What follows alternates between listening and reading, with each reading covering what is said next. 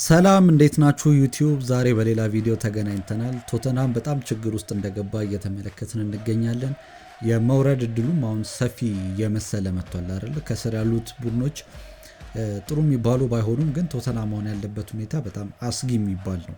ነገር ግን አሁን ስለ ቶተንሃም ላወራ ሳይሆን የመጣሁት አንድ ቡድን ከፕሪሚየር ሊግ ቢወርድ ምን አይነት ጉዳት ይደርስበታል የሚለውን ለመነጋገር ነው እና እኛ ሁል ጊዜ የምናስበው በቃ ትልቁ ሊግ ላይ አልተጫወተም ብለን ነው እንጂ የሚደርስበትን ከባድ የሆነ ችግር ለመረዳት አንሞክርም እና በዚህ ቪዲዮ የተወሰኑ ነገሮች ለማየት እንሞክራለን።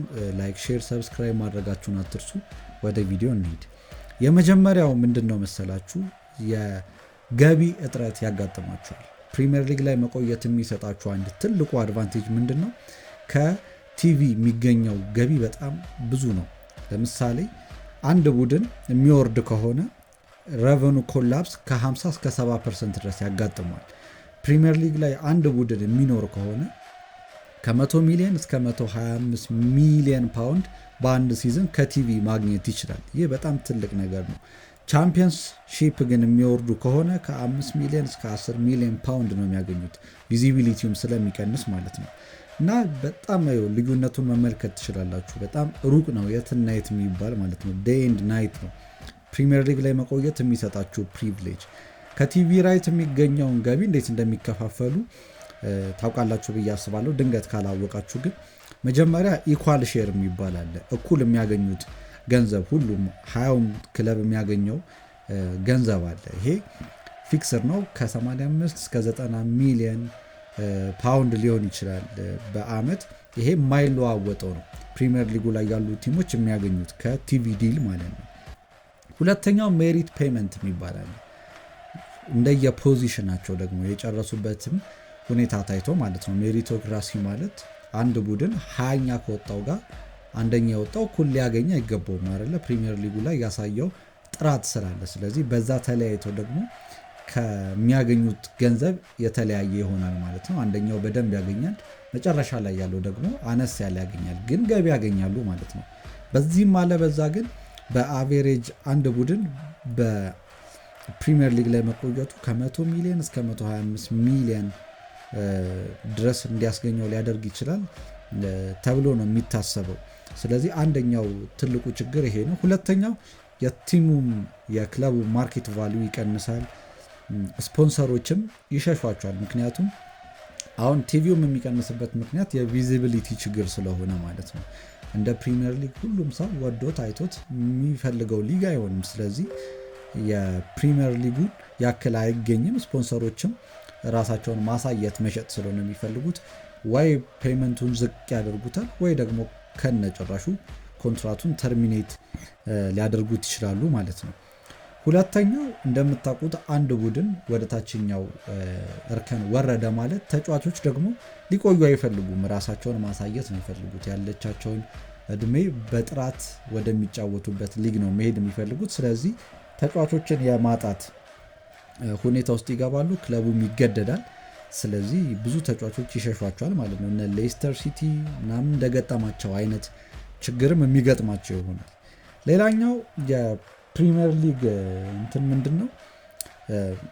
ተጫዋቾቹ ሪሊስ ክሎዝ ከሌላቸው፣ ለምሳሌ የሚኖራቸው ኮንትራት ላይ ሬሊጌሽን ክሎዝ የማይኖራቸው ከሆነ ብዙ ብር ደግሞ እንዲቀነስ ይገደዳል ማለት ነው። ምክንያቱም የሚያገኘው ገቢ እየወረደ ነው የሚሄደው ወደ ታችኛው እርከን በወረደ ቁጥር። ስለዚህ ተጫዋቾቹን የፕሪሚየር ሊግ ስታንዳርድ ክፍያ ሊከፍላቸው አይችልም። ስለዚህ የሆነ ያክለውን የደሞዛቸውን እንዲቀንሱ ይገደዳሉ ማለት ነው። አሁን ቶተንሃም የሚወርድ ከሆነ ተጫዋቾች ዋና ዋና የሚባሉት ደሞዛቸውን እንዲቀንሱ ይገደዳሉ እንደተባለው ማለት ነው። በዚህ መልኩ ሊጎዳ ይችላል። ሌላኛው ከኋላኛ ማናየው ደግሞ ብዙ ስራ አጥም ሊፈጥር ይችላል።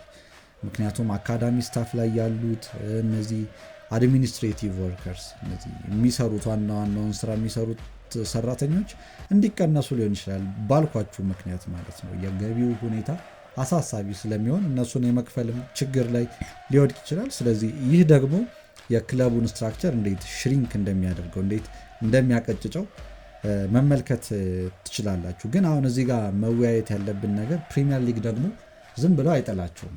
ለምሳሌ ሲያገኙት የነበረው ገንዘብ አለ አይደለ ከቲቪዲ። ስለዚህ እሱን ነገር ባንዴ ካጡ ምን ያክል ሊንኮታኮቱ እንደሚችል ስለሚያውቅ ፓራሹት ፔመንት የሚባል አለ። ፓራሹት ፔመንት ማለት ቀስ ብለው የተደላደለ እንዲሆንላቸው ለመመለስም እንዲያስችላቸው ከታችኛው ወደ ላይኛው ሊግ ለመመለስ እድል የሚሰጥ ክፍያ ማለት ነው። አንድ ቲም ከወረደ በኋላ የመጀመሪያውን ዓመት 55%ቱን ቢኖር ኖሮ ፕሪሚየር ሊግ ላይ አሁን ካገኘው የሲዝኑ አለ አይደለ የሚያገኘው ገቢ ከቲቪ የሚያገኘውን ገቢ 55%ቱ ይሰጠዋል የመጀመሪያው ዓመት ላይ። ሁለተኛው ዓመት ላይ ድጋሚ የማይመጣ ከሆነ 45% ይሰጠዋል። ሶስተኛ ዓመት ላይ የማይመጡ ከሆነ 20% ይሰጣቸዋል ማለት ነው። ይህ እነሱ ባንዴ ተንኮታኩተው እንዳይቀሩ የተመቻቸ ሁኔታ ለመፍጠር ነው። እነዚህ ሶስቱ ፓራሹት ፔመንት ይባላሉ። ግን ኤክስክሉዥንም አለው። ለምሳሌ አንድ ቡድን ወዲያው እንደመጣ ለምሳሌ ዘንድሮ መጥቶ ዘንድሮ የሚወርድ ከሆነ ሶስተኛውን ዓመት ፓራሹት ፔመንት አያገኝም። የሁለቱም ብቻ እንዲቀበል ይሆናል ማለት ነው።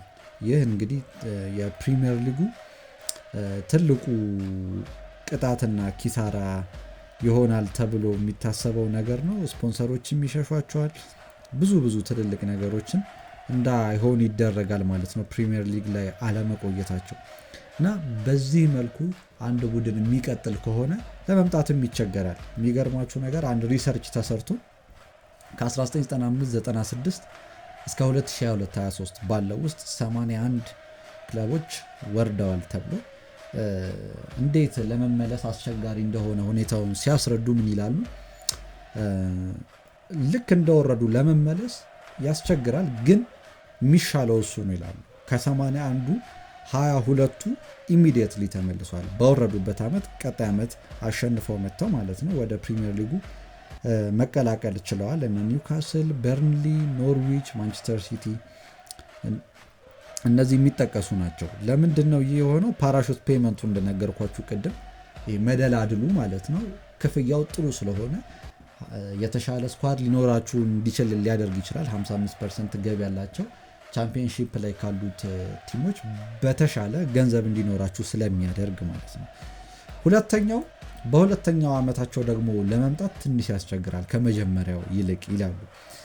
8 ቲም ነው አሁን ከነገርኳችሁ ከ81 8 ቲም ብቻ ነው ወደ ላይ ከፍ ብሎ መምጣት የሚችለው። ይሄም በፓራሹት ፔመንቱ ምክንያት ነው። ሌሎች ስትራክቸራል የሆኑ ነገሮችም ይኖሩታል፣ ግን ገቢ እየቀነሰ በሄደ ቁጥር ለመመለስ አስቸጋሪ ስለሚያደርገው እነ ዌስትሃም፣ በርንመዝ፣ ሼፊልድ በዚህ ይታወቃሉ። ከ55% ወደ 45% ዝቅ ብሎ የሚመለሱ ማለት ነው። የመጨረሻው ምንድን ነው? በሶስተኛው ዓመት ኤክስትሪምሊ ሬር ነው የሚሉት። ይህንን ለመመለስ በጣም አስቸጋሪ ነው። 4 ቲም ብቻ ነው እስካሁን በነገርኳችሁ ሪሰርች ውስጥ 4 ቲም ብቻ ነው ወደዚህ ሊግ 3 ዓመት ቆይቶ መመለስ የቻለው። ምክንያቱም ወደ 20% ዝቅ ይላል ፓራሹት ፔመንቱም፣ ክለቡም ፋይናንሻሊ ዲክላይን ላይ ነው። ስለዚህ ለመመለስ በጣም ያስቸግራል ማለት ነው። ኮንክሉዥኑ ምንድን ነው? 27%ቱ ወዲያው ይመለሳሉ። እንደወረዱ ወዲያውኑ ወደ ፕሪሚየር ሊጉ ፕሮሞት ይሆናሉ። 10%ቱ ደግሞ ከ2 ዓመት በኋላ ለመመለስ እንዲችሉ ያደርጋቸዋል። 5%ቱ ደግሞ በ3 ዓመት ውስጥ ወይም በወረዱ በሶስተኛው ዓመት እንዲመለሱ ያደርጋል ማለት ነው። ይህ በጣም እንዴት ከባድ እንደሆነ አንድ ቡድን በአሁን ሰባክ አድርጎ ለመመለስ ምን አይነት ችግር ውስጥ ሊከታቸው እንደሚችል የሚያሳይ ነገር ነው። ከዚህም ሲብስ ደግሞ ወደ ታችኛው መውረድ አለ፣ ወደ ታችኛው እርከንም መውረድ አለ። ወደ ሊግ 1 ሊግ 2 እየተባለ ሊካሄድ ይችላል እና በጣም በብዙ ሁኔታ ክለቡን ሊያናጋ የሚችል ጉዳይ ነው። ክለብ ቲሞች ወደ ታች መውረድ የማይፈልጉበት አንድ ክለብ ወደ ታች መውረድ የማይፈልግበት ምክንያት እንግዲህ በዋነኝነት ይሄ ነው። ሊያጠቃቸው የሚችልበትን መንገድ በትንሹም ቢሆን የነገርኳችሁ ይመስለኛል። ላይክ፣ ሼር፣ ሰብስክራይብ ማድረጋችሁን አትርሱ። ይመቻችሁ።